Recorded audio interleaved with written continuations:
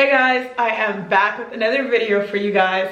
In today's video, I'm going to be talking about how to use protective hairstyles to grow long hair. This is going to be for both relaxed and natural hair, so everything I'm going to tell you is going to be able to work for all hair types. In fact, I'm actually going to show you guys pictures of my hair when it was natural. This was from after I big chopped, and you guys are going to see how much I was able to grow my hair. And then after I roll those clips, we're going to come back and I'm going to tell you what I did, because before I talk about something, y'all, I like to put my results out there. You know, anybody can get in front of a camera and say stuff, but really, like, it's all about showing evidence. And for me to listen to somebody, I gotta see for myself. Like, I gotta see, oh, you said you lost weight, okay, let me see your journey. Oh, you said you grew your hair, so let me see your journey.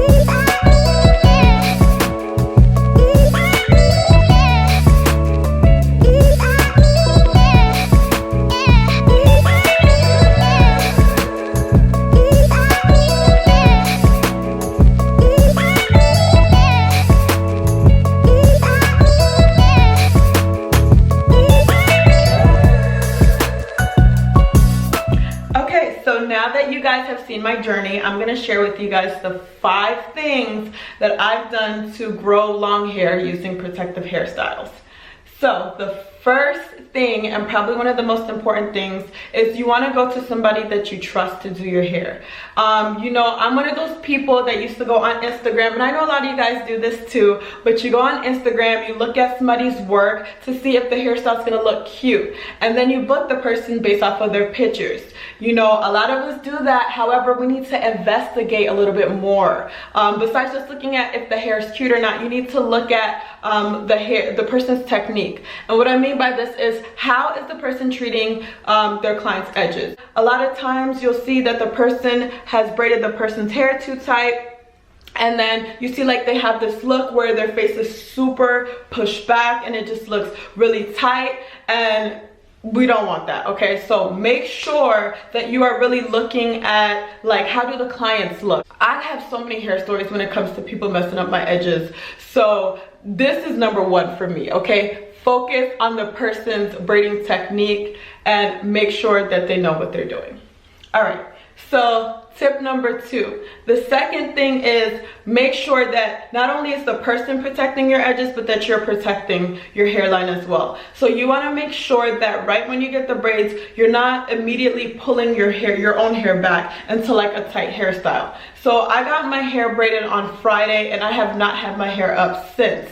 Okay, I'm probably going to start doing ponytails maybe in about a week or 2 when I have less tension along my hairline. So you have, you know, high standards for the person doing your hair. You want to have that same type of energy for yourself. Okay, so tip number 3, make sure that you are not washing your hair too frequently. Yes, when you wear protective hairstyles, including braids, you want to make sure that you're cleaning your scalp. However, it's not going to be as frequent as you normally do. I know most people like to wash their hair weekly, but with braids, you can't do that because your hair is going to get really frizzy. It could get matted. So try to limit how much you're washing your hair. Me personally, I like to wash my hair no more than once or twice a month when I'm wearing hairstyles like braids. Tip number 4, make sure that you are not leaving in your protective hairstyle too long. When it comes to protective hairstyles like braids, I try not to leave my hairstyle in for longer than a month or a month and a half. Like, girl, if you're pushing 2 months, okay, it's definitely time to take the hair out. okay, and let it breathe a little bit. I know we want to save time by having our hair already done when we wake up, and I know that we want to save money by not always having to get our hair done, but you really want to think about your hair, and you want to make sure that you do not leave that thing in longer than a month to a month and a half. If you must, do not push it past 2 months. So the last tip I have for you guys, which is tip number 5, is you want to give your hair some time to breathe in between your protective hairstyles. I know some people in real life that will get their hair done, they'll take it out, and then they'll have an appointment within a day or 2 after taking it out.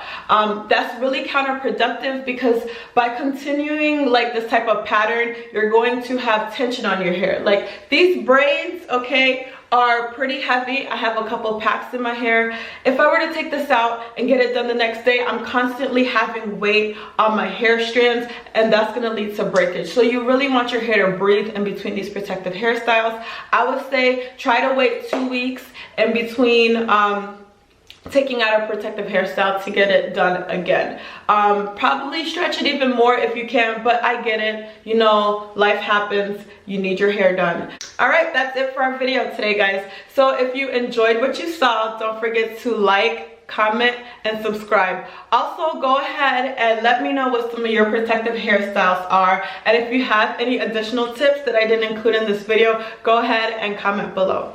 Bye, guys.